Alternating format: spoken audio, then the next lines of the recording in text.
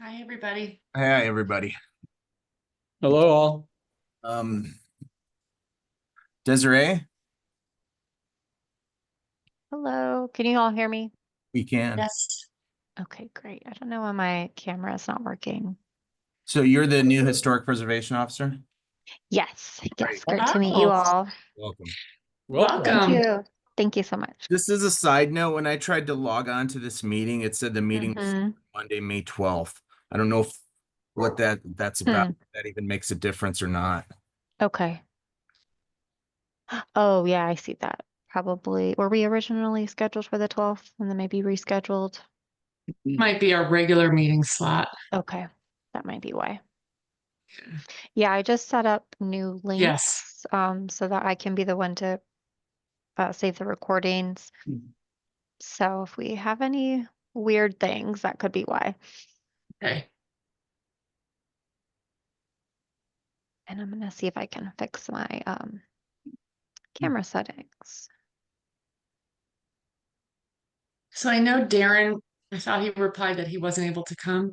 He's not able to come, and I Yeah. Philip had to go to Phoenix for passport meeting to get a Oh. passport. So Philip last minute won't be here.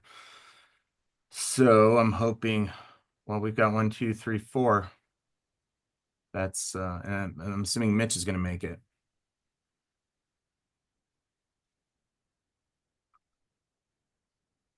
Quorum is 4, so we need 4. Yeah, we have 4. Right.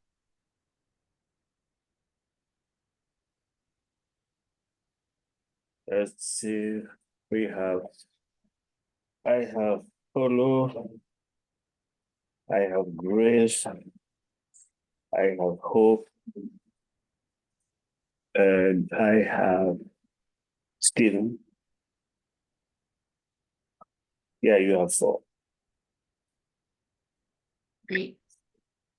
Everybody, I'm going to go off camera because I've been on this thing all day and I can't stand looking at myself anymore.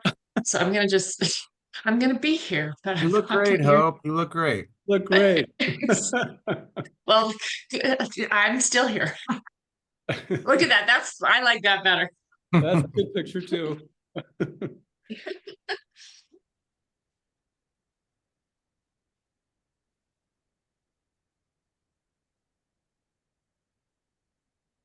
Should we all open up the file on our own and then kind of look at it live? Yeah. Can somebody send the link, or I did. you did? I'll find it and put it in the But chat. but you already have the file, so It's it true. will just be the same file because nothing was changed since we're just dealing with the same file.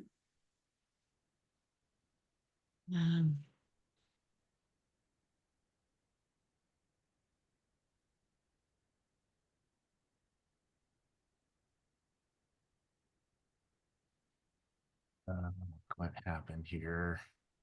I'm going to put it in the chat right now. I have to relaunch my meeting. Okay. Okay.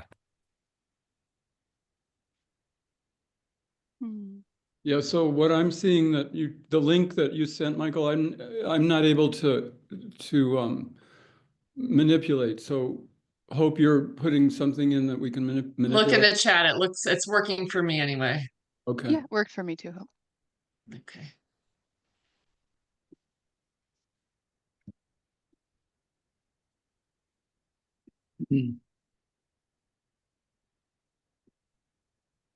The link I sent is from the city website, and I believe it works.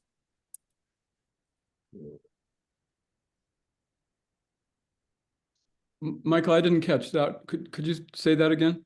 No, I said the link that I sent out is from the city website. Oh, okay. I verified and I believe it works. Okay. Is there any other person having problems accessing that link? I'm not even looking. I'm just using the one I have. Oh yeah, you can use what you have. This meeting is just about the design guideline, which I believe you all had it. So I was just sending just in case any member of the public wanted to attend or anything like that, but Okay. it's I the saw same an document. email, Michael, regarding the open meeting Uh, rules. Did that get on the agenda or that's next meeting? it was just a suggestion that I made to the board. If few people decide today, we can work on getting somebody to come and do a presentation to you. That I was think just it's a good idea. okay. I think Stephen's instincts are correct. It's inefficient the way it is. If we could improve that, I think that would be great. And also, Yep. I know I never really got that orientation, so I'm kind of just working in the dark. So I'd love that. So yeah, but typically those are some of the things that we covered in the yearly training that is required from the History Preservation Office. Desiree just got here, so we have not had the chance to talk about scheduling that training. It's required from the Historic Preservation Office for us to do a training for the advisory board once a year. In the meantime, we can always arrange, Desiree or myself, we can always arrange to make sure that somebody from the city clerk can come and talk to the board about the open meeting laws, the do's and the don'ts. Yeah. I think we should, request that if it seems like there's consensus on the board that it would be beneficial. I think Mhm. so. Mm-hmm. Sure, we would take the advisement and that will be done. Okay, thank you. That would be awesome. Should we start the meeting for today? We're waiting for you to start, Mr. Chair. Oh, okay. I thought there was just so much chit chat going on. I didn't know. All right, so we'll do a call to order. Philip Naher is not here. Darren Clark is not here. Paulo Di Lorenzo here. Hope Hennessy, Here, Mitch Makoviak, Here. Stephen Paul, Here, and Grace. Here. Perfect. So we're missing two. Review and approval of 3/10/25 legal action report and meeting minutes. Anybody want to take a stab I'll at move that? we accept or approve the minutes from the last meeting. I second it. We have a Hope. second. Yep, Hope. I will second that. Does that include the legal action report, Michael? Yes. Okay. So the legal action report and the meeting minutes were approved from 3/10/25. Call to audience. We did not receive any call to the audience, Mr. Chair. Okay. Okay, so our first agenda item and our only agenda item is to finish off the design guidelines from the last meeting that we almost got through all of them and then get them to Damian Klinko. Michael, is Desiree aware of where we're at in this process? So if you're asking me where we are, is just to summarize it well, we are as staff, we are waiting for you to conclude your revisions.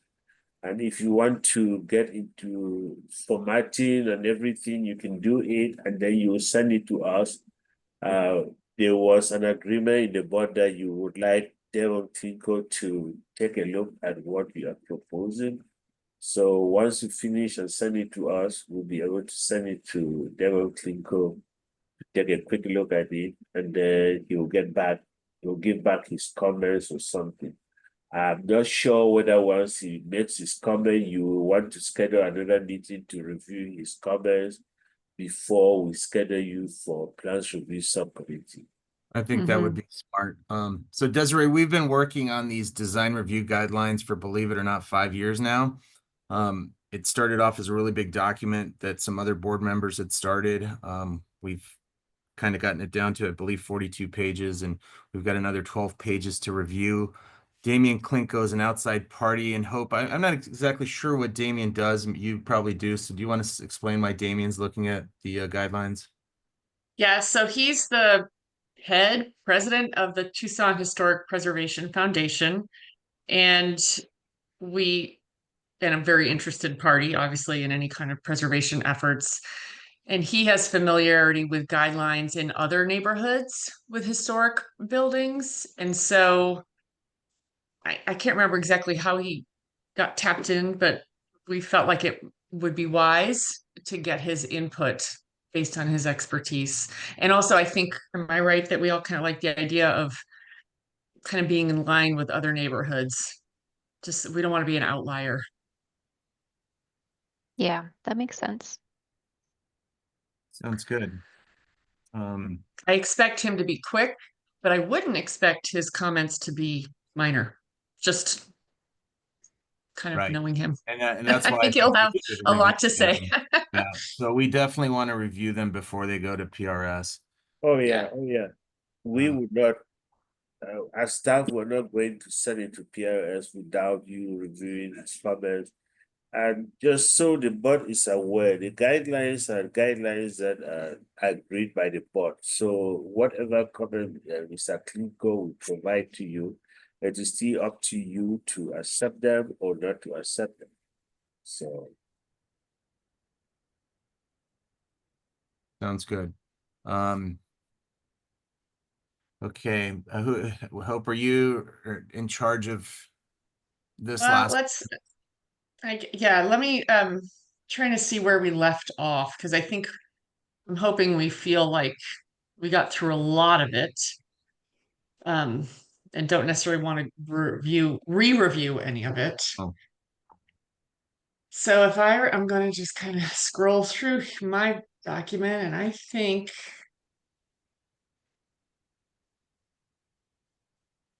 I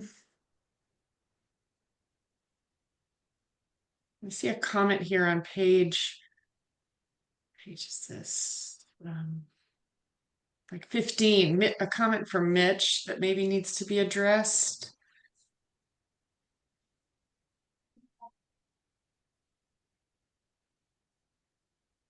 Yeah, and then we're in the. Thought we went through this, but Yeah, we might have.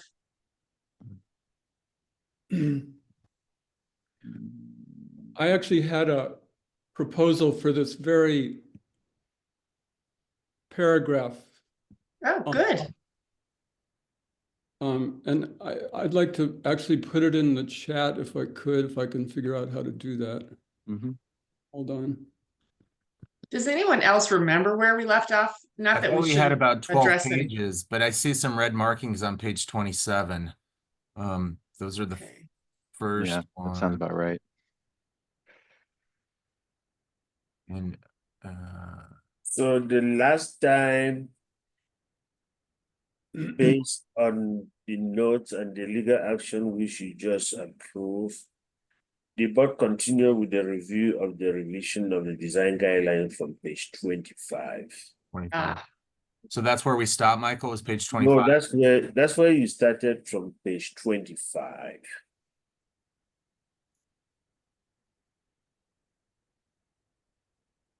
So today you are almost just finalizing your review. You're saying we got through 25 or we made it through 24? You made it through 24. Okay.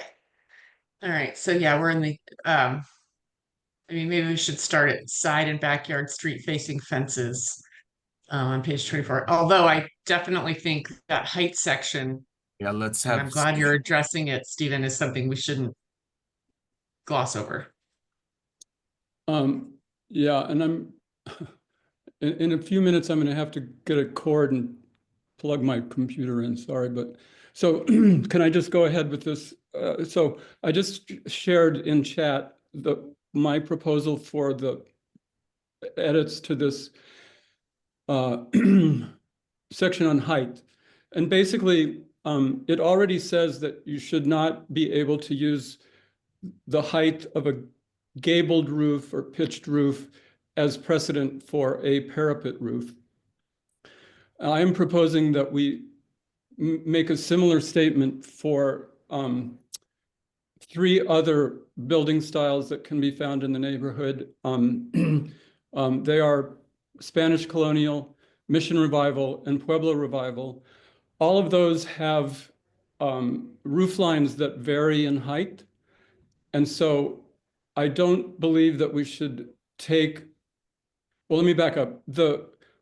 I think everybody probably knows this, but the reason you shouldn't make a parapet roof building as high as a gabled roof building is because, for obvious reasons, it'd just be like huge.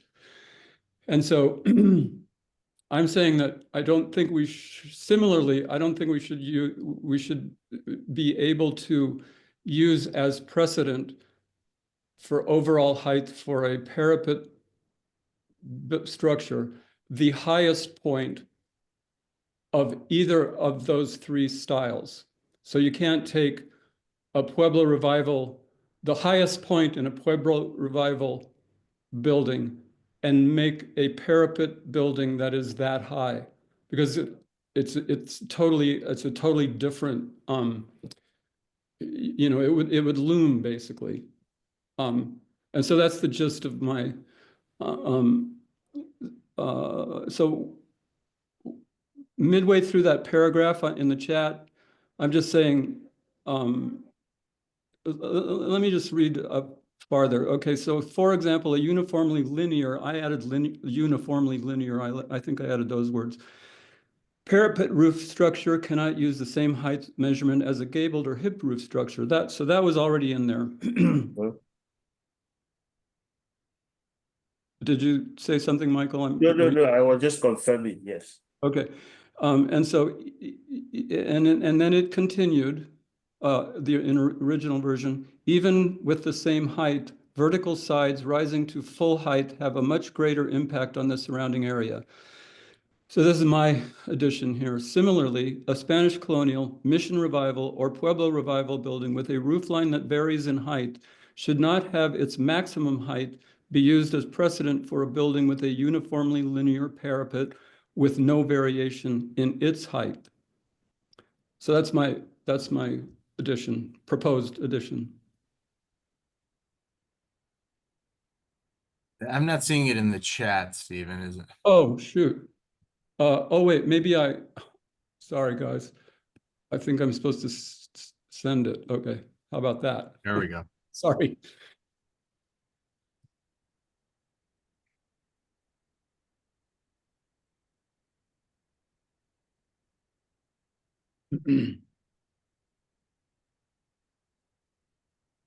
Can you say again which page it's on, the section? On 15. Okay, thank you.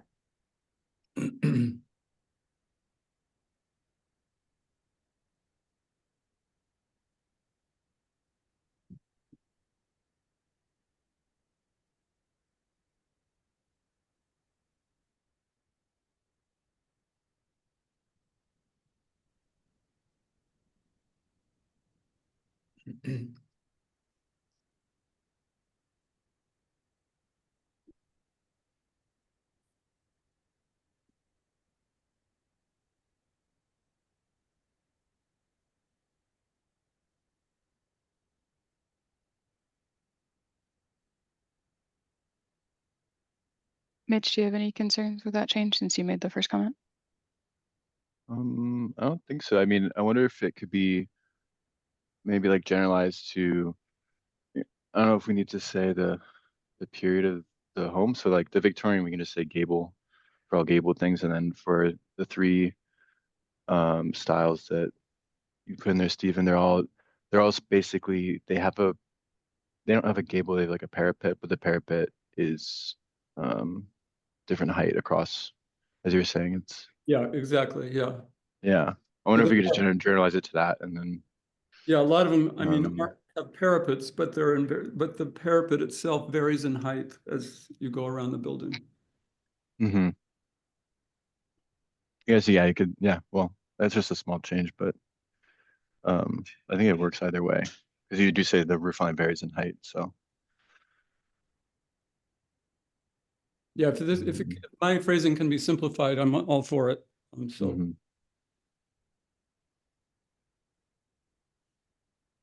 So the intent of the quote here, as has been interpreted, is it was just to say that if you are using a roof type, you have to use similar roof type. For example, if you are constructing with a flat roof, the building, the structure that you are going to use as your basis for comparison has to be a flat roof.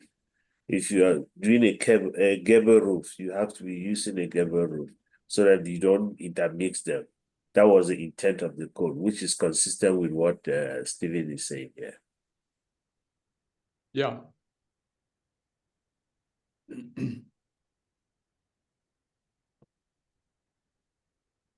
So if your only comparable property is a gabled roof and you're building a parapet roof, where exactly is the height of the parapet allowed to go? To where the gable starts? You know, when I was on the board decades ago, there was some figure, and I think it was half the height of the gable from the eaves to the top of the gable, but I don't see, I've looked all through the UDC and I do not see that figure anymore. So there So is, pardon? I know we built a few houses next to the Jerry Lee Ho Market. Is that on Meyer? And and Jody Gibbs was on the board then, and I was not, and Philip was not on the board. And we had built a parapet house to the south of it, and I think we were only allowed to go to the start of the gable end as the top of our parapet roof, I believe. And there is, I wish I could see, I was looking today, somewhere in the UDC or the TSM, there's a street, kind of a hypothetical street elevation that basically says that. And darn, if I could try to search for it, but I'm afraid. You know, the inverse of that is we were lucky because Jerry Lee Ho's is a really tall building. If it was any shorter and our lot was elevated 2 feet, we would have had really big problems with achieving any kind of ceiling height. So, Stephen? Oh. So should we clarify that it goes to the midway point between the start of the gable and the peak of the gable? Well, I don't, Mr. Chair, can staff verify that with our zoning review staff and get back to you on that before you put it into your guideline? That's probably the smart. Yeah. So we're not saying something that is contrary to. Yeah. Off the top of my head, I cannot really recall, but Desiree and myself will be more than willing to talk to our zoning review staff to get clarification on that before you can put it in the code, please. Okay, so can Desiree, maybe if you can find that out, and then can we add that into this so we can keep this going instead of having to re-review it? I guess we could review it, put it in after Yeah. Damon looks at it. Yes, we can go ahead and do that. Okay. So we're all okay with Steven's section? Yeah, I am. Should we put it in now as a placeholder so we don't Yeah. forget it? Yeah. yeah, I'll do that. yeah. Maybe you say something like roof line that varies in height, such as, you know, Spanish colonial mission revival, just so you don't box it into those categories in case there's a style that isn't mentioned. I think that's a All right, I good just idea. put it And in. Yeah.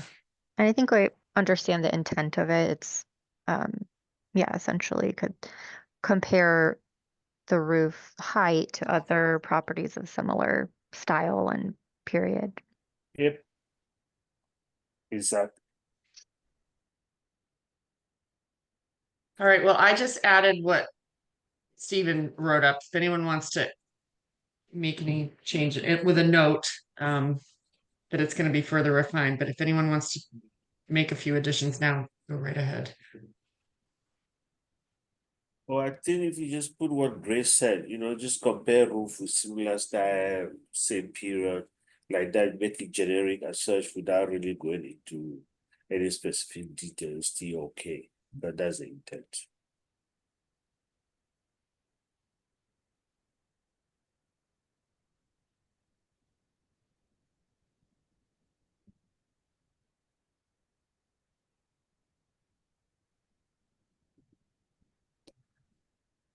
You know, there is a section of the UDC that it's, I can give you the site, but anyway, it says new construction or alterations, additions to a non-contributing property.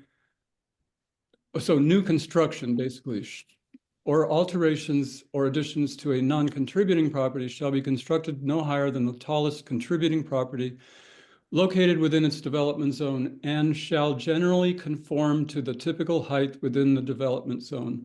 So I guess that's kind of another perspective on it, but I think I mean, that's in the UDC.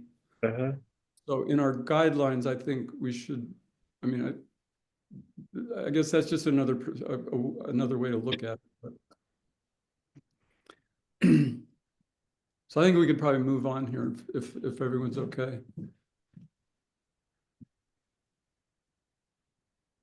I'm good. I believe we are reading 5.8.9. That's it. Exactly.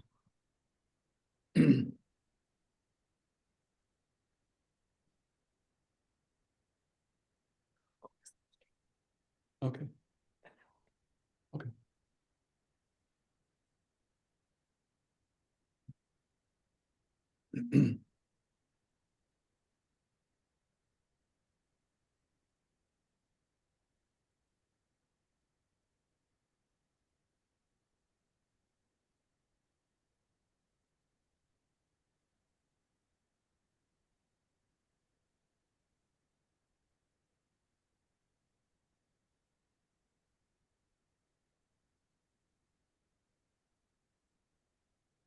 Okay. Well, I didn't, so here it is. I didn't, Grace, if you want to change it. I'm gonna leave it as is and let one of you do that. Okay. No, I'm good. You're good. Okay, great. Okay, so now are we gonna go back down to the end of 24? Yeah. Okay, here we are. Oh, it's okay. Actually, I'm just gonna go to the top of 25 now.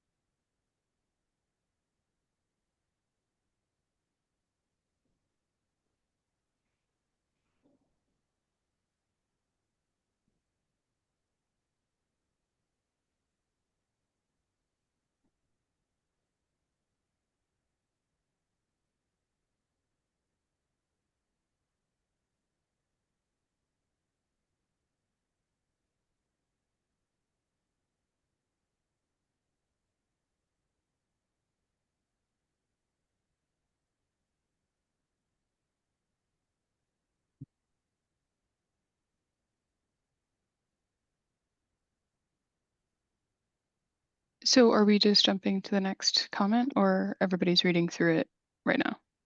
I think this is our last chance to read through it, but I suspect most of this is a little easier because it's so specific. So yeah, so I'm reading through it, Grace. Yeah, I am. Okay, perfect.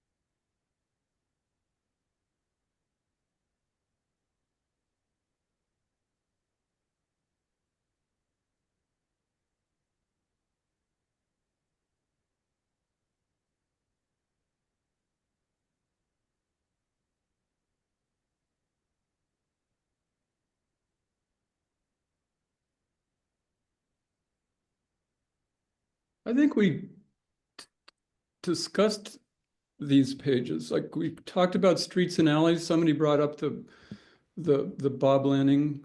You're right. I agree. I think we might have gone through this once. I think we're at the top of page 27 or so. Okay.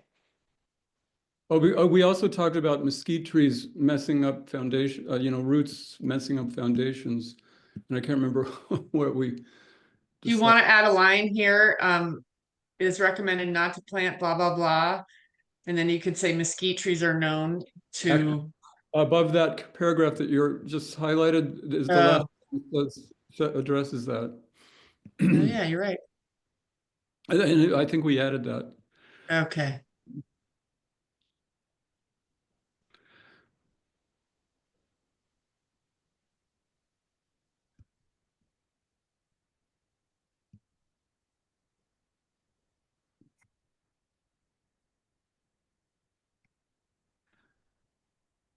And so I think this might be I think this red paragraph might be mine. And so hold on. Development within or adjacent to the district should not impede vistas of the mountains, especially Sentinel Peaks. I don't think we can do that. I don't think we're allowed to. I mean, if my house happens to have a vacant lot next to it and I have a great view of, Sentinel Peak, but someone's going to build a house on that vacant lot, I don't think I can't tell them not to build that house.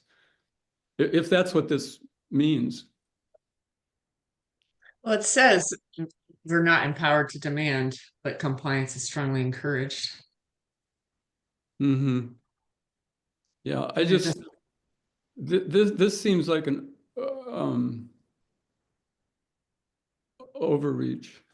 Yeah. So are you suggesting we eliminate the section? I think we should leave it in there. I mean, it says strongly encouraged. I mean, we're not going to prohibit somebody from building a house on a vacant lot because it obstructs vistas to a mountain, I would think. We ran into an issue, and Grace, Mitch, you guys were on the board. You remember and I may have talked about this before, the roof deck or balcony that we approved on 9th Street, 9th and 18th, like a year ago.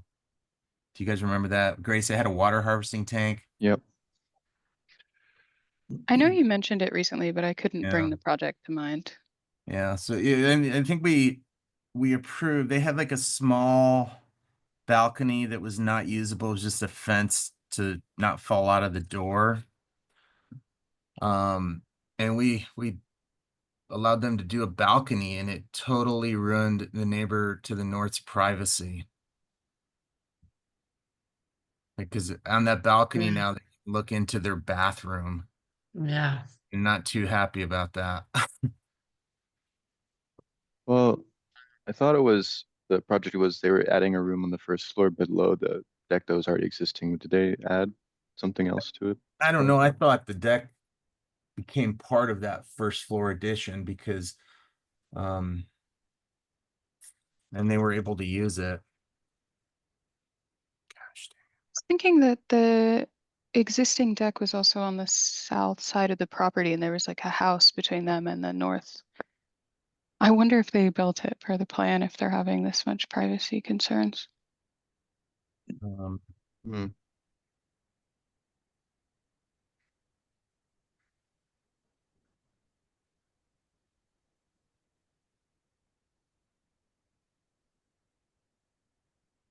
mean, we can leave it out. I think we just should be conscious in the future when reviewing those. Yeah, I'm Oh, okay with that. definitely. What's that? Should we add a line about privacy, not just views? Views, vistas, and privacy. So would we you- say something like, in neighbor privacy? Yeah, I think it gets kind of tricky because if it's a vacant lot, then the person that lives next door is gonna expect something to be there. If it's an existing house that's modified, that there was never a privacy issue and all of a sudden a privacy issue was created, I think that's where the problem is. Okay.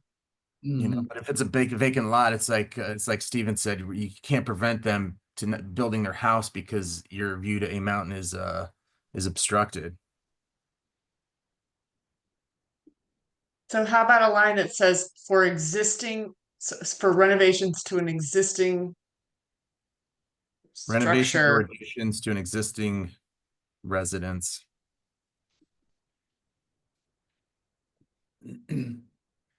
privacy concerns of neighbors should be considered. Yeah.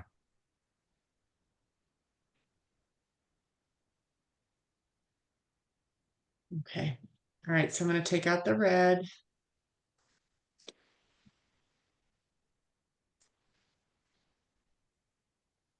Okay. Onward.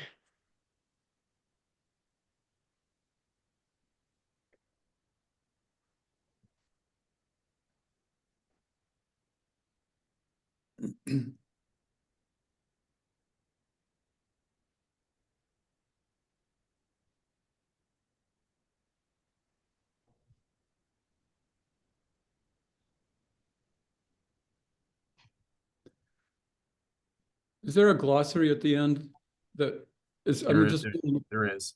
okay, and we should just make sure told us is probably in there, but we should just probably make sure. I don't think it is. No, okay.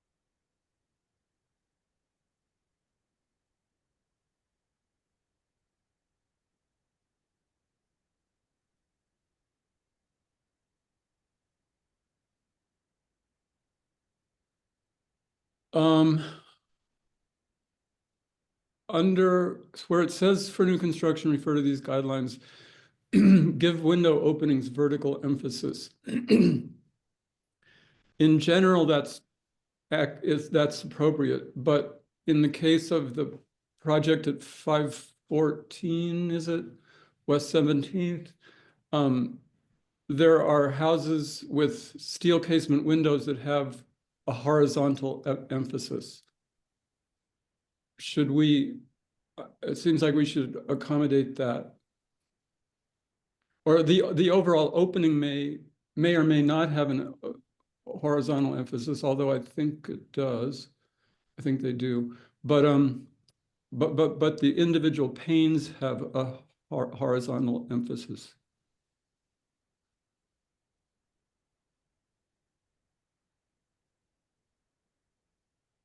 And then too, windows should be wood and follow the styles found in the project's development zone. Generally, that's true for the older buildings, but on 17th, that isn't quite appropriate.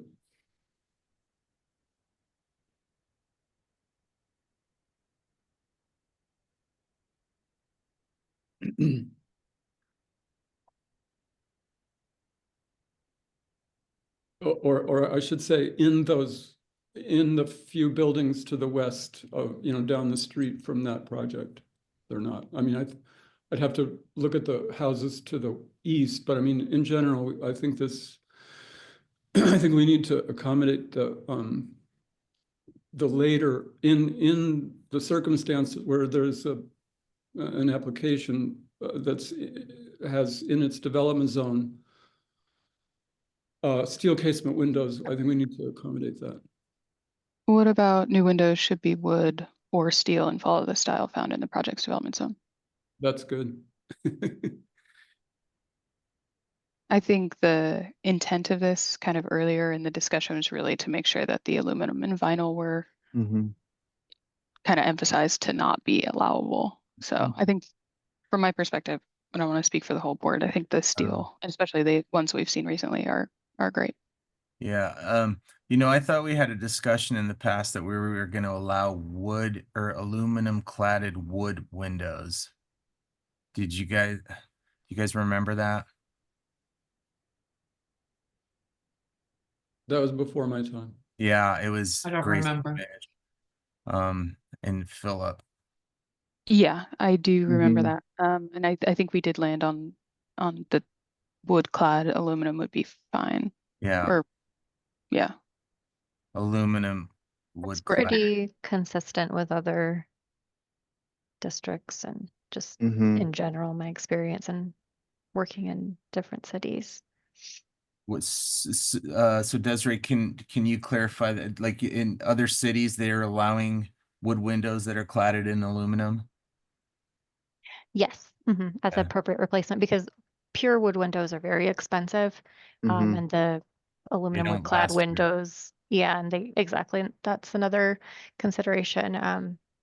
And yeah, so they're more affordable option and they look very similar. They Yeah. can, if you can stipulate or encourage that the design be similar. So if there's OG lugs, for example, and the original windows, you can still and similar profiles and things like that. Yeah, and I will add that West University also took that into consideration when they were doing their revised guidelines too. And then what about Armory Park, Michael? Because I know they were kind of like us. It was all wood windows. That's it. But right now, I mean, but actually, we have done no progress on that. So Okay. they're still with the wood windows for right now. I think we added in, there's a lot of advantages to those. And they, like Desiree said, they look appropriate.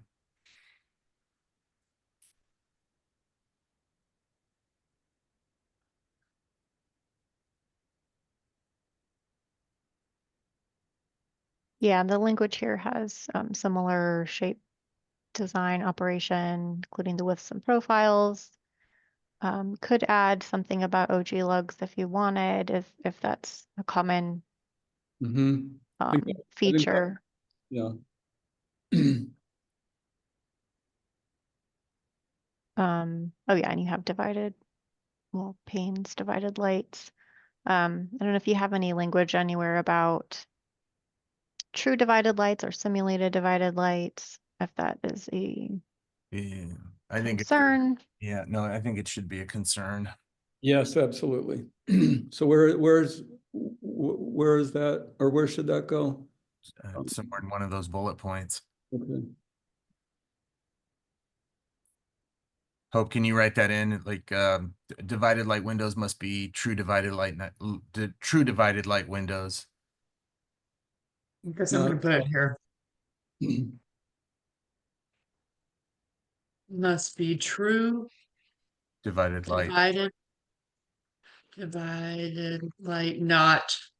Applied mullions. Yeah.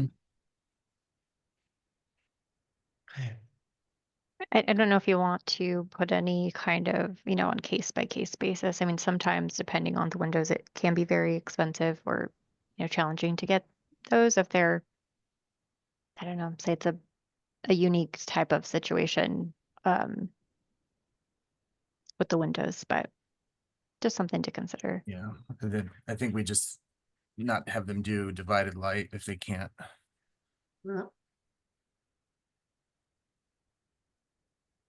And then Divided light windows. Let me see.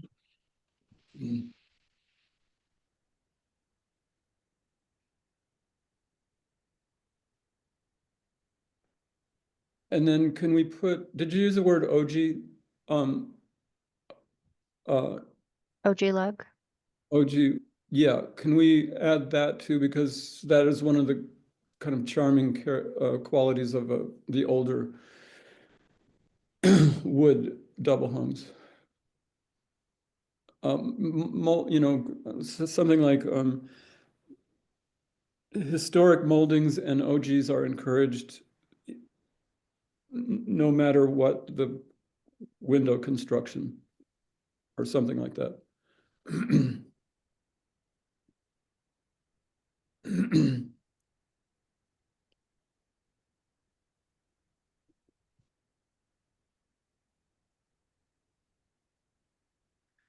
And then let's spell out OGs. It's just OGEES.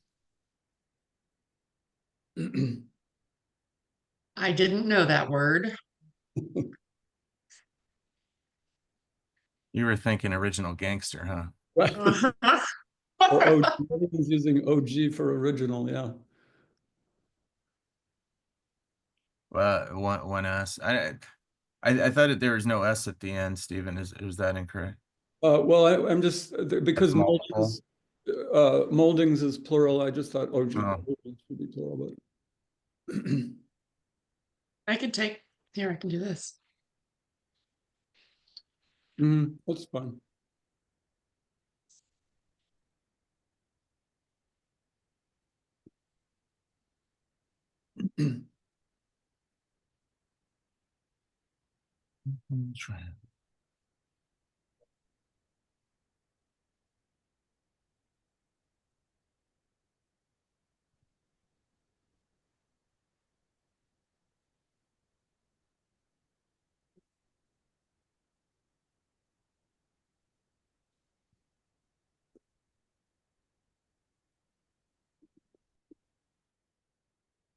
I mean, do we have a section on doors?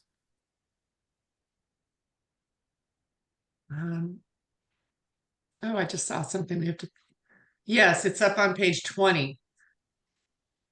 Page- So I'm thinking we already reviewed it.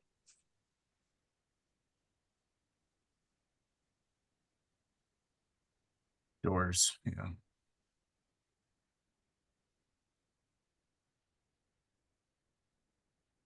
Yeah, I think we did. Yeah, we reviewed this. Yeah. Yeah, yeah. Right. And yeah, even the screen, perforated solid screen, security doors. Yeah, that stuff. Look at the top of page 23, murals and art. The question mark. Yeah. We should settle that. I would just maybe not make art red and Yeah. question marked Murals and or slash art. art. Yeah. Mural slash art.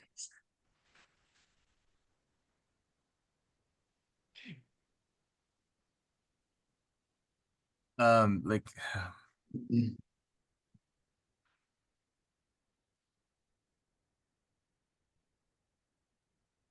so that kind of says just size and placement are subject to historic review, but can we add something about context? Yeah, that would be good. I mean, yeah. You know which one I'm talking about, Stephen? Oh yeah. I think everyone probably does. Content, did you say context or content? Context of neighborhood, um, So I could say, let me see. maybe context is not the right word, but that's what's coming to mind. But Appropriateness, historical appropriateness. I'm not sure. I subject think matter. this is what Darren, I'm going to speak on his behalf because he's not here, was really encouraging us not to do. Why is that? Do you remember? That's the idea of policing the art that people make and display on their property would be inappropriate. I think we'd You're right. also could possibly run into free speech type issues. I've seen it in other cities in terms of like trying to regulate content. That is something we could ask a city attorney about, but Do you, just as a heads up. do you think we're safe with size and placement? Yes, I think, focusing on the physical aspects like size, placement, the physical paint, things like that. Hmm. Are you comfortable with the advertising restriction? Where's that? Oh, any others? Yeah. So Desiree and board, there are architectural elements that people could claim as art. You know, screen doors, Mhm. I mean, actually the wall on Convent that was promised in front of Rick Joy's buildings that were that wall was promised to be maintained in its original form, and then after those, and so the board okayed those rammed earth buildings behind it on that condition, and then these kind of quirky bars were put in, kind of randomly spaced bars, randomly. So are you saying, Stephen, that I mean, you've been here probably longer than anybody. Um, is that wall been not maintained? It was originally planned? No, no, I mean, so it was added, so the vertical randomly spaced bars were added, kind of very mod, and so there's 3 or 4 randomly placed, kind of capriciously placed mailboxes and things like that. So that was, that was the neighborhood felt really screwed on that. But what I'm saying is that some architectural elements could be classified as art. So how do we bridge that? That's a good point. I mean, there's other kind of artistic metalwork down on 8th or below the street, or 9th Avenue below, south of Jerry's Lee Ho, that just kind of are jarring.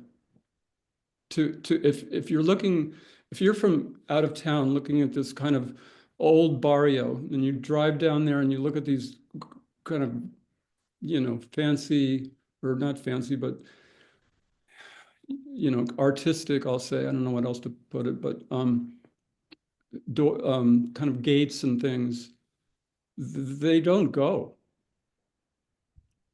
but they're artistic. Mm-hmm. But those are still features that we would regulate or need to approve, right? Like things like doors, windows, architectural features. Mm-hmm. Okay. So I think, yeah, I think that there's. Windows, yeah. Mhm. So Desiree, would you say that it's reasonable if those, if that argument were to be made by somebody coming through the review, that would be kind of up to your office to decide if it falls into one of the other categories, or if it's considered an artistic feature? That way we don't have to kind of pick and choose, and it'll be the same across all the boards. Yeah, I mean, I think in general we already have, right? Like if they're replacing windows, doors, if they're making changes to the architectural features, then that is something we would review. Falls under our purview, uh, just generally speaking now under our code. So, Mm-hmm. so yeah, Okay. I think that's accurate to say, Grace. Okay, so do we want to remove that neighborhood context line? Da, da, da, da, da.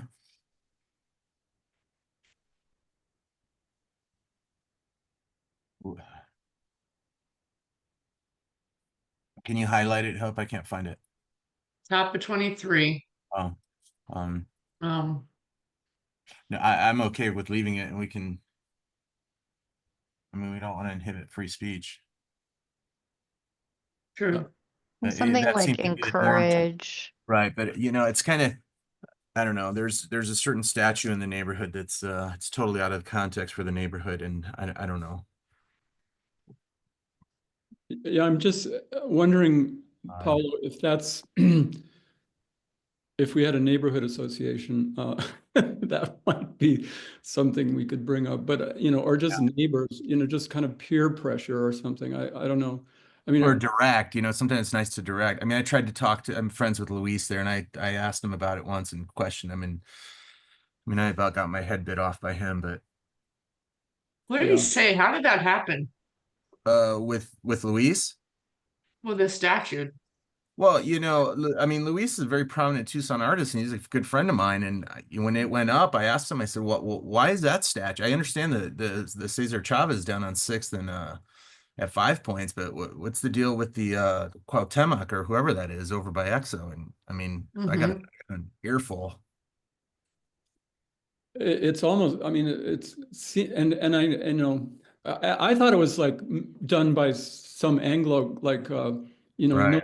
noble savage, bent Anglo guy. When Yeah, when I learned it was Luis Mena, I was like shocked. But it's like, anyway, so I don't know where we're going with this, but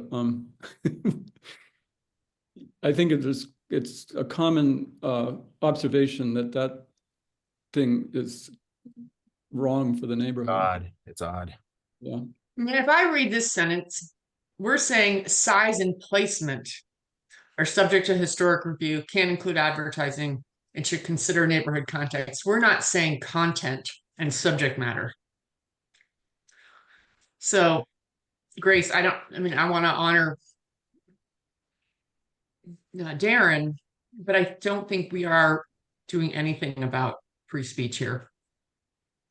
Well, let me just do another hypothetical. Say you know, say on a certain block or 2 or 3 blocks in the neighborhood, a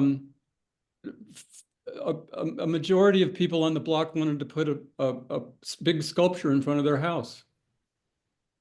Like, I mean, wow, that would, again, if you're a tourist or someone looking for history, and you come into this neighborhood of old adobes, and all of a sudden there's all this not glitzy, but just Out of context artwork. out of context art. Like what? That's gonna like ruin the fabric of the neighborhood or the block or whatever. So I don't know. And historically, did people have art in their, in front of their houses here? I mean, the neighborhood already looks better than it ever has in history, okay? Like it's never been dolled up as much as it is now. And I'm not saying I'm opposed to everyone, maintaining their house and doing all the things that we're doing. I'm just saying it's already not historic. But say Yeah. people wanted to put art in their front yards, big, big or kind of imposing or statement art. I just don't think that would be right I from agree. a historic standpoint. Mm-hmm.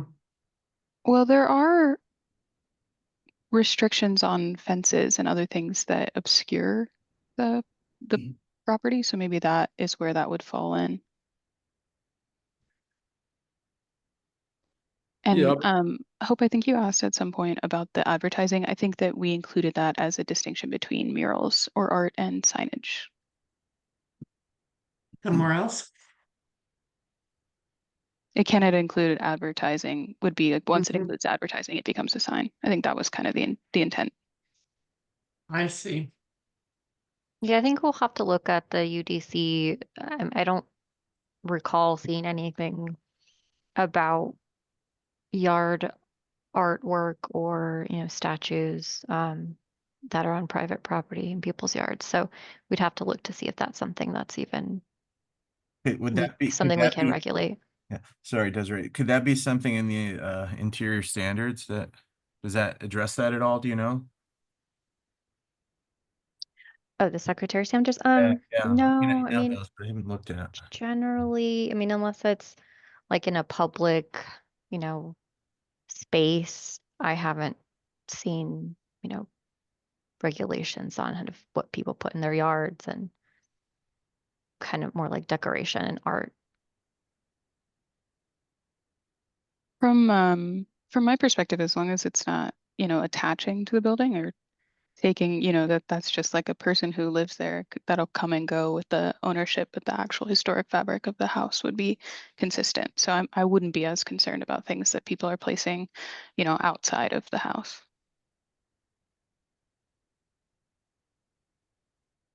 Well, I think the sculpture that Paulo mentioned came, but it's not going. Yeah, I mean, that was part of the like a development agreement, right? So that's not subject to who's living in the house. So I guess that is a different condition, you're right.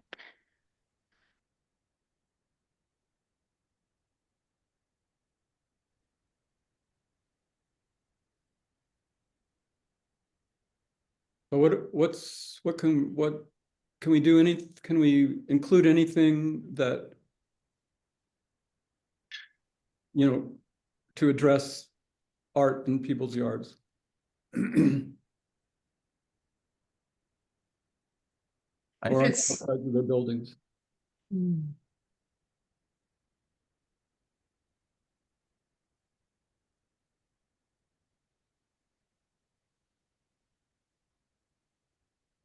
Maybe we I think we can leave the get word back to, context in there and move forward on this because I really want to finish these guidelines today. And we Okay, think about it if it's going to be that important and do it after Damien looks at it. Yeah. agreed. Okay, I agree.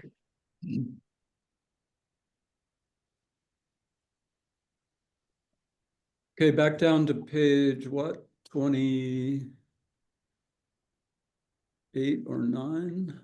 Looks like 28. Because we covered windows. Okay, now we're on to institutional and commercial buildings. Top of page 28.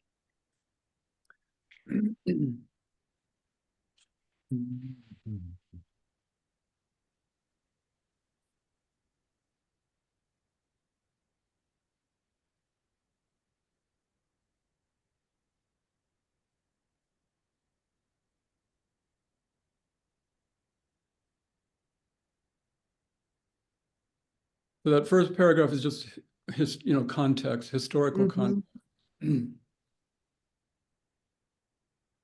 Yeah, I mean, I will remind everybody that we've reviewed all of this before. Yeah. So I think the red is in that under alterations, additions, and construction, that red note is mine. And Mhm. in the sentence that says blocks of exclusively residential structures should remain residential blocks. I love that, but I don't think we can say it. I mean, officification has occurred, especially in the north end of the neighborhood. And so that's a good example. I don't know. I think that's overreaching as well.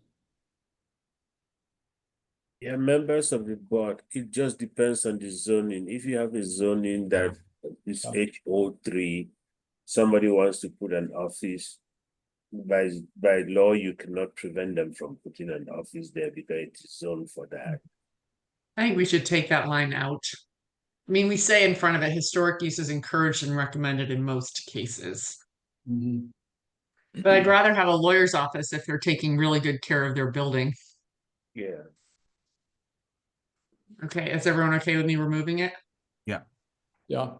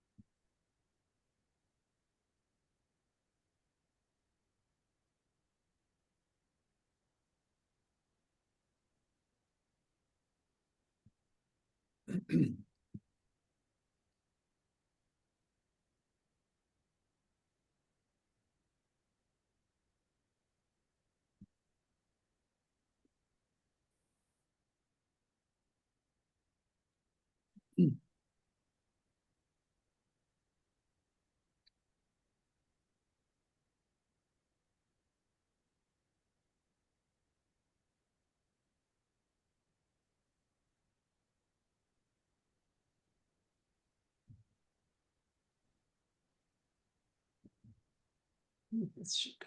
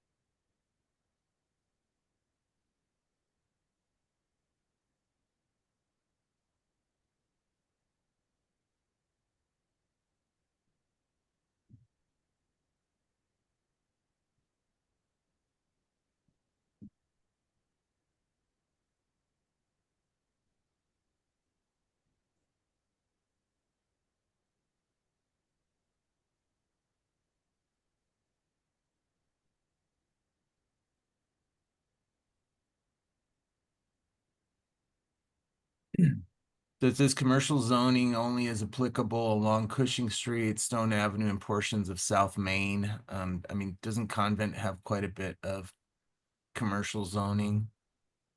Yes. Is it a C zoning or it's not an H, what is, or, oh, it's C or HO3?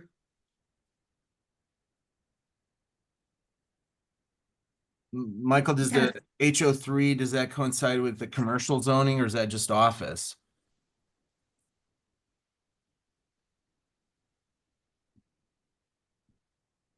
What would be the distinction between,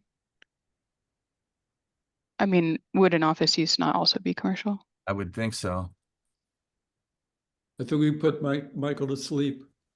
Think that paragraph could be removed. Oh, sorry. I was on Wake mute. up, Michael. I was on mute.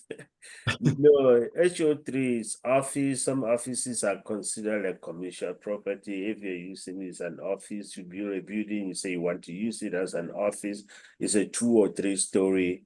In terms of zoning, they look at it as a commercial use. So then we should add that, we should add Cushing Street, or not, Convent Avenue.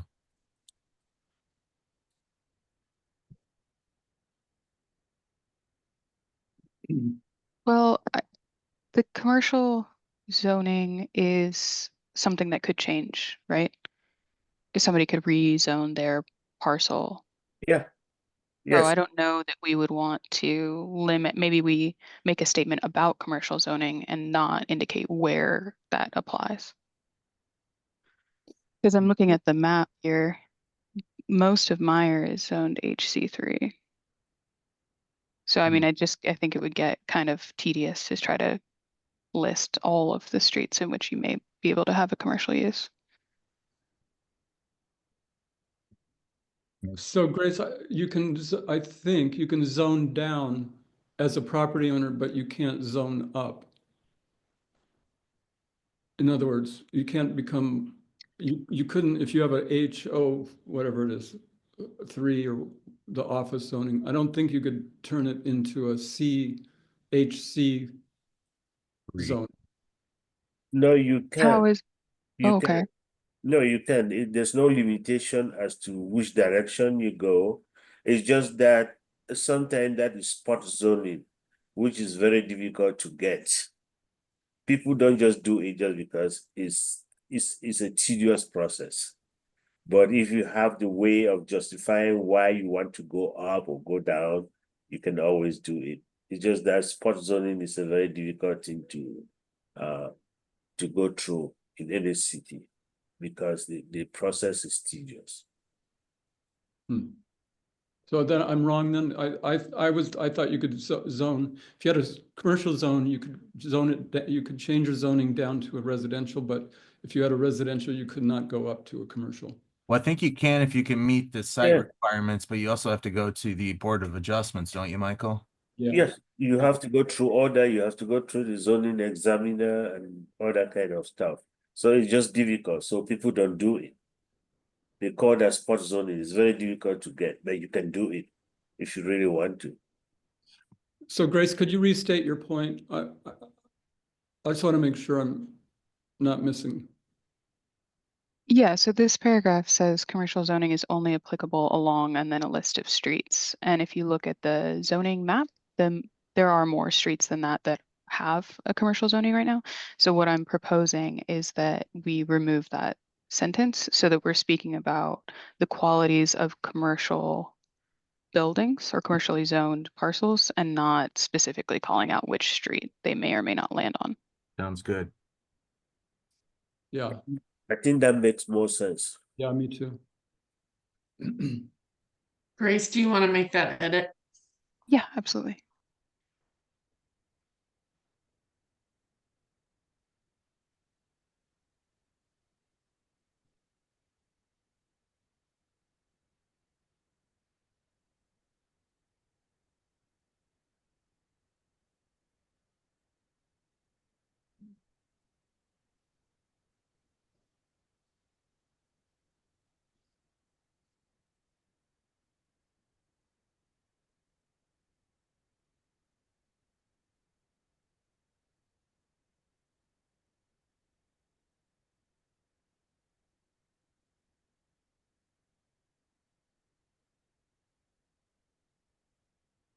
Okay, so I changed it to say the historic character of, let's do this. The character of historically residential buildings for commercial use must be maintained in the exterior of the building, and all historic codes apply for any alterations. I mean, that's true for alterations in general.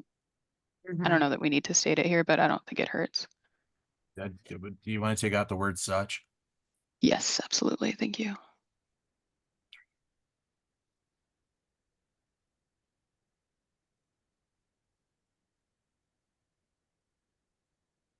All right, moving on to signs, and I see that there's some reds down the bottom of the section. That was me, and what did I mean there? It should be flush mounted. By the way, we got 11 pages to go. In an Shit. hour. How much? Okay. 45 minutes. I think these flat signs can be attached to the building fronts. These should be flush mounted. That's probably just good enough. I don't. Yeah. Okay, I think that, yes, I see what you were doing, but I think so too. Commercial buildings can be attached to the building front. Yeah, is this breaking down? This doesn't. So I think projecting, on commercial buildings, the blade signs, does that make sense? You're Yeah. just trying to make sure that people don't think they can put these on their house, Yeah. their residence. Okay, all right.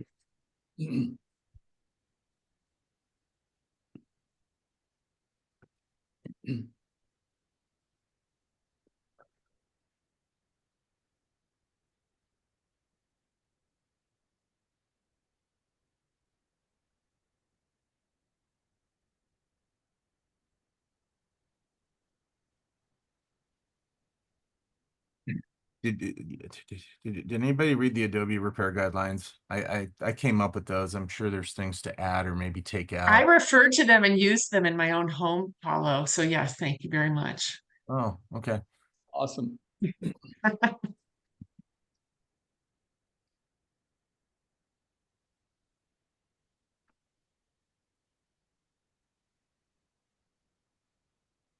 So we're okay with all those?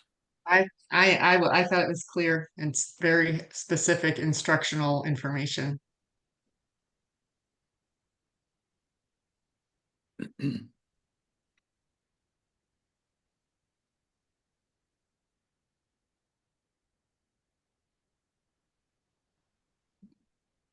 Wait, did you do this whole section on Adobe, Paulo? I did. Oh, awesome. I know, thank you.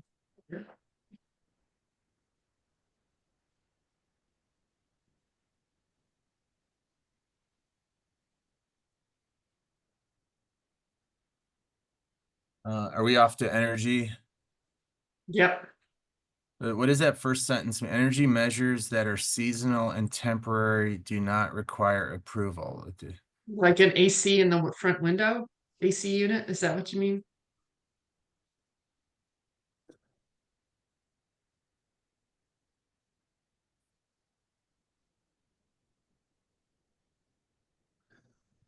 I don't know what that is. I said we pull that out. So And maybe just, I mean, and the bit about solar collection, being incompatible.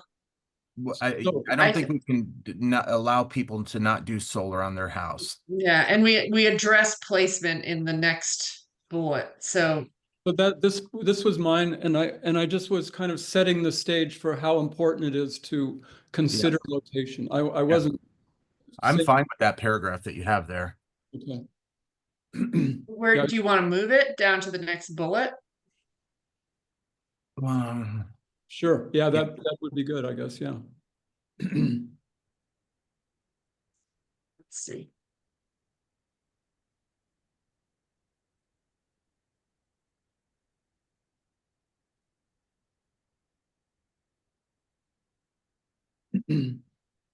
You can probably strike, since it's in this paragraph, you can probably strike as articulated below. Just make Mhm. integrity of the neighborhood the, and the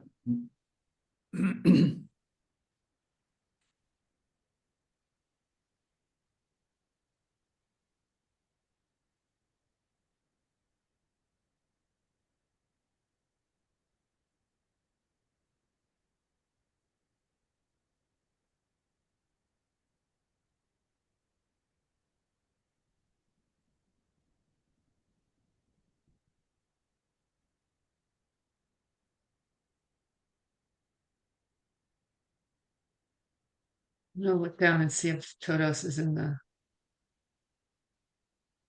I don't know if we do have a glossary. we do have a glossary, but we don't have Todos, so I'm gonna add it. And Over. is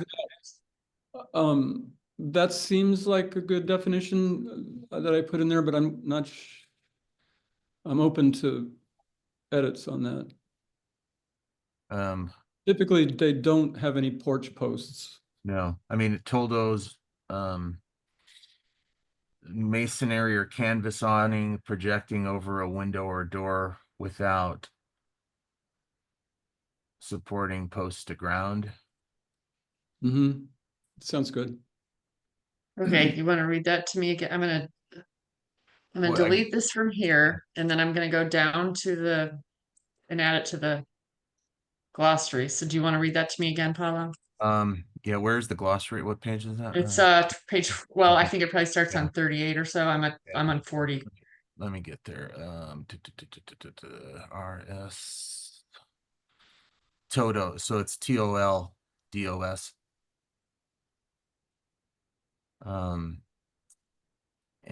Any, I mean, I guess you can have a wood one too, can't you? Yeah. Or masonry, wood, or canvas awnings projected or cantilevered over a window or door with no supporting ground posts. Okay.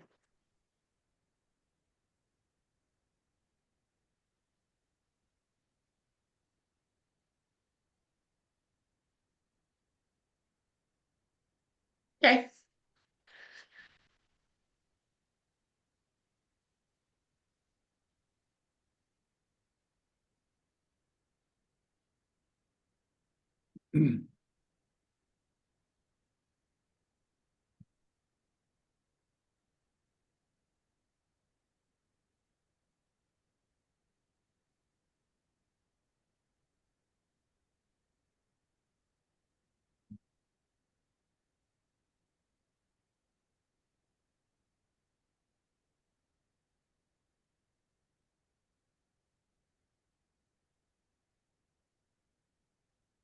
All right, what do we think about the last red comment here?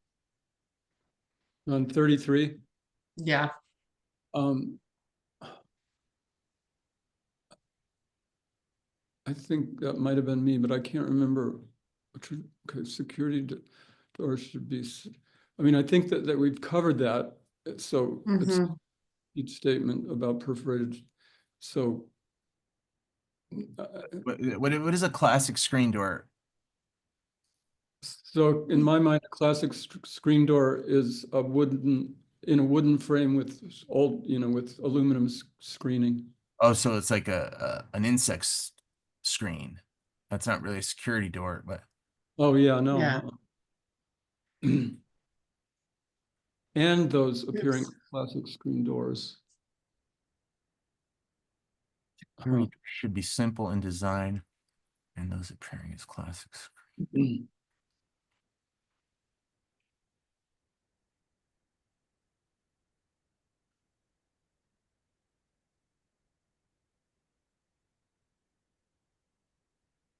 I think we could say security doors should be simple in design, period. Design. And you know, it makes a world of difference. I mean, you can go get a simple security door at Home Depot that looks terrible. And it's simple in design. Right. So, I mean, having solid stock metal, it, it, it, it makes a world of difference. you know, Like in terms of look? well, yeah, I think so because a lot of there you can see around the neighborhood these like gates and stuff that are of solid metal, and you know, I think Rick's office is one of those, and then there's the building south of the Coronet that has solid metal instead of hollow metal. I mean, I Mhm. think that makes a big difference. I mean, it's more expensive and heavier, but you know, that's a more authentic um form of fabrication, I think. And so you're saying those are preferable? I mean, I would think so to the Home Depot, you know, hollow metal security door. Mm-hmm. Mhm. So, Should- Mark body, Security doors should be simple in design and fabricated from solid stock metal. like Mark Body's door was. That one was, I no. That was not simple in design. Okay, okay. Well, I think it was simple in design, but it was completely That's out of context to the neighborhood. You're right. And you Okay, so can't what are say we that the doing door here? that's there now looks worse than what was there before, right? I'm happier with the way I'm glad where it Yeah. is now. Yeah, me Uh, too. yeah. I mean, I Okay, think Mark just made a bad decision there and was trying to disguise it. Yeah. So should we just say historically appropriate? Security doors should be simple in design and historically appropriate? Yes, yes, Yes, yes. bravo.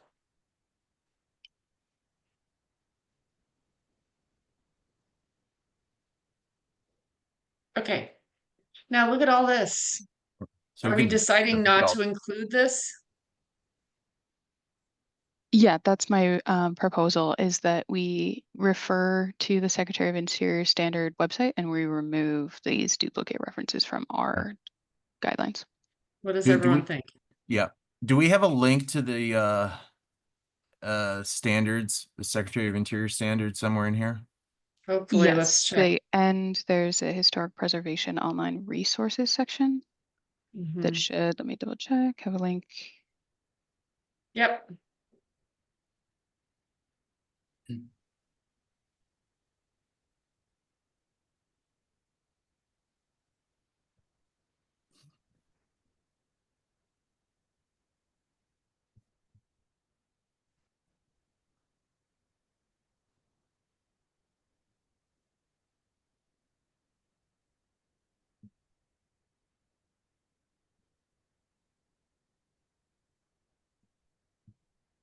So same with the next section is that this is information that is duplicated.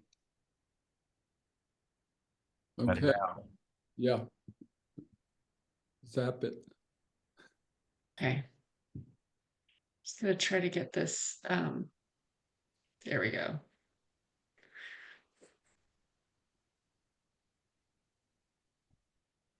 It's very satisfying.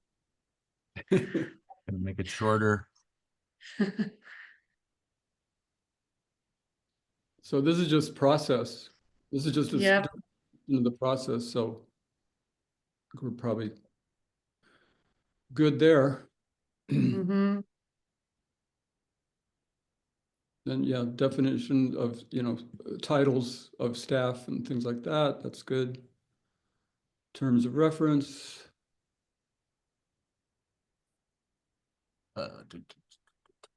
Grace at the bottom, those do you want to go over your comments there?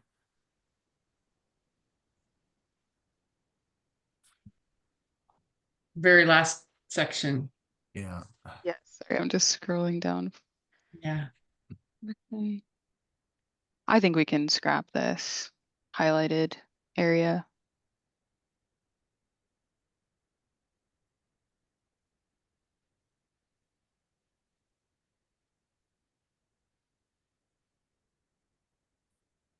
Let's see if the link works.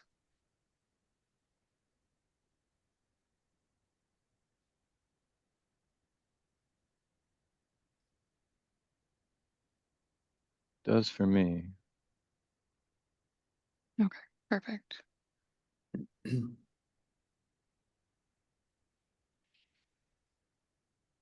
Is it too I'm late? gonna change our date here. Is it too early to say yay?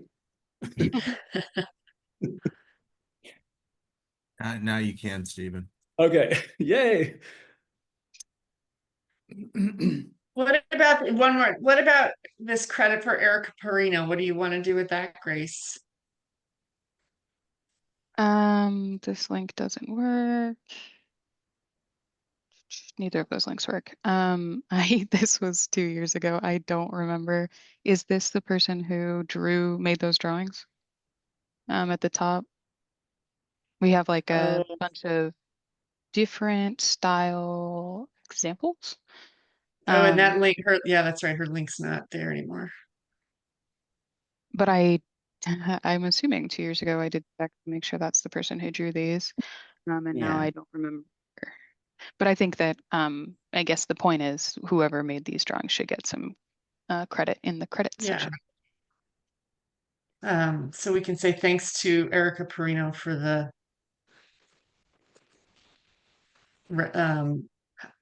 renderings. What would they be called? The period renderings. Yes.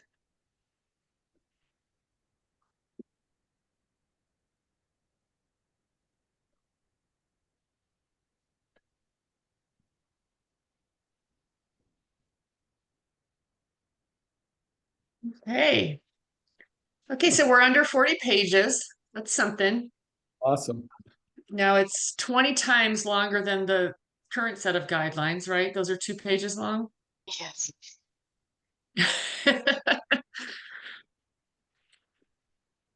Okay, so Michael, you're saying what's next is you're going to take this and share it with Damien Klinko?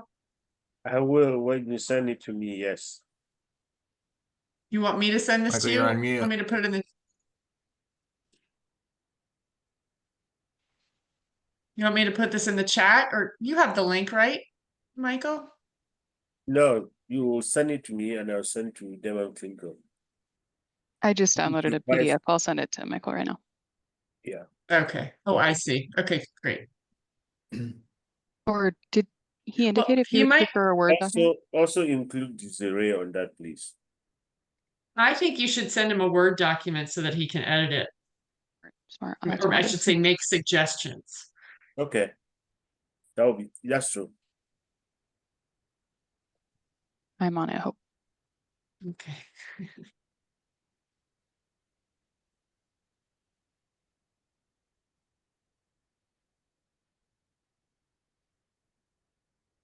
Okay. Was there anything else on our agenda?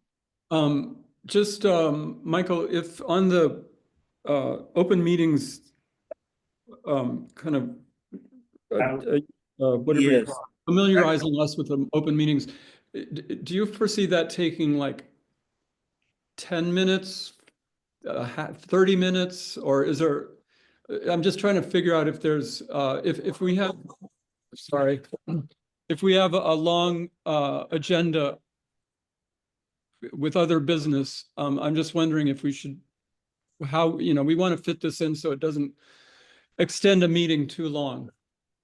No, yes, members of the board, I don't think that they are going to take too long to do that presentation. It's just going to be a short presentation. I don't think they're going to take too long or all of your meeting time. Okay. And I don't believe that it is going to interfere with your normal business. Those staff presentations are usually focused and just straight to the point, because myself and Desiree would have explained to them exactly what you are looking for, and they will do their presentation to just tailor to that. Okay. Great. So I think if the board, There's also on the boards and commission, there is also the open meeting law booklet that you may want to look at, but we'll talk to them. I don't yet know when they're going to come, but both of us are going to talk to them to see the availability and know when they will be able to come for your meeting. okay. And Michael, is there any of the in-person trainings coming up? Because I attended 1 or 2 of those. They were very informative. I think everybody, if you have the time, should do it. Yeah, I'd be happy to. So I per code, the Historic Preservation Office is supposed to provide those training to the advisory board once a year. Desiree just got here, so she and I have actually not even talked about that, but we'll look forward to try to schedule one of those as soon as she settles in. It's a requirement for the office, and we are going to do it. That's what I said. Okay. The That last sounds time good. we did, initially, the past years, we had just done it. The advisory board by advisory board. For example, if it is your meeting today, we'll come to your meeting and use the meeting time to do those training. The last time we did it, we put all the advisory boards together and did one general meeting for everybody. So I don't know what we are going to do this time, but the training will happen. It's not just for you, the barrio, but it will be for all the 5 advisory boards that we manage.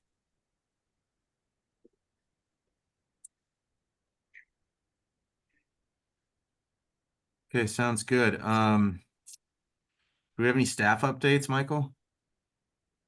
Not from my end. Okay. And Grace, I'll be contacting you I have a couple of minor reviews in the barrio, and for the staff update, we have done a couple of minor reviews here, and Grace has been helpful on those. We did a roof replacement at 641 South Mayor. We did a solar panel at 326 West 18. We also did the solar panel at 510 West 17. I do have a couple of minor reviews in the barrio, which are pending. I have the roof, which concerns Hope.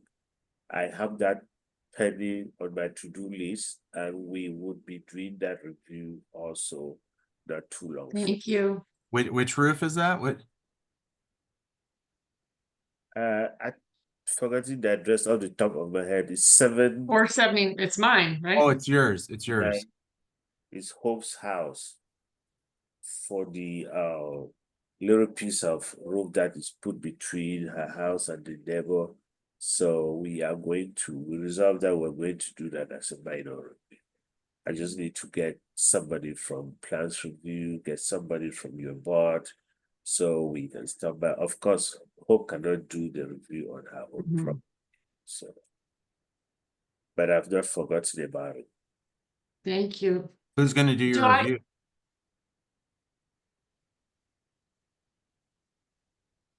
What was the question to me? Well, I thought you said that Hope cannot do the review on her own property. Like she can present it though, correct or no? No, she cannot. Who's doing your review, Hope? Oh, as a property owner, yeah, she can Okay. present it, but she cannot do her review. Right, she can't vote on it. No, she can vote on Right, it. She cannot right. do the review, but because it is her house, present it. she can do the presentation. Okay. Yeah, Is but she that- cannot. We didn't let Mitch do his presentation. Yeah, why didn't we let Mitch do his? That was in a meeting. Oh, This because this is one a minor, it's different. This one is a minor review. It's not coming before the board. If Oh. it is coming before the board, she cannot present before the board. How does it work with a minor review? Like, who would I present it to in what format? There will be a representative from the barrio, a representative from the plans review subcommittee, a representative from the historic preservation office. Yeah, And so Like on a Zoom? it will either be Zoom or it will be on site. I don't yet Okay. know. It will depend on the availability as to whether it will be Zoom or on site depends on the availability of a representative from plans review and a representative from the barrio. They basically determine to us the format. So it's either going to be a Zoom review or it's going to be an in-person review. Okay. And yeah, when it comes to roof stuff, I think usually we do it on Zoom just because we can't generally see it from the ground. But I think you can also, if you have a preference, we can do that. Well, I have submitted what I think are very clear photos. So, otherwise, yes, people will have to be up on a ladder. And hope you're planning to do a red tile roof with pagoda style features on the corners, correct? With a roof deck, with a pergola. Yes. I like that, Paul. Eh, I did want to I did have another update. So we just posted a job position opening, a lead planner, historic preservation, that was posted on Tuesday. So if you all know anyone who might be interested in that, that is on our website. Very excited about that. And the closing deadline is May 4th. So it's a little over 2 weeks. Cool. Desiree, I'll just want to repeat, welcome Desiree. We're so Yeah. happy to have someone Yes. in your position now, and it's really great to have your perspective and experience.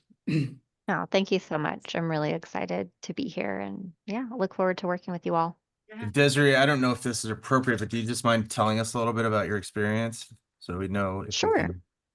Yeah, so I have worked in historic preservation for the last 14 years. Most of my professional experience in the field was in San Francisco, California. I worked there in the nonprofit sector in consulting and with the city of San Francisco as a preservation planner.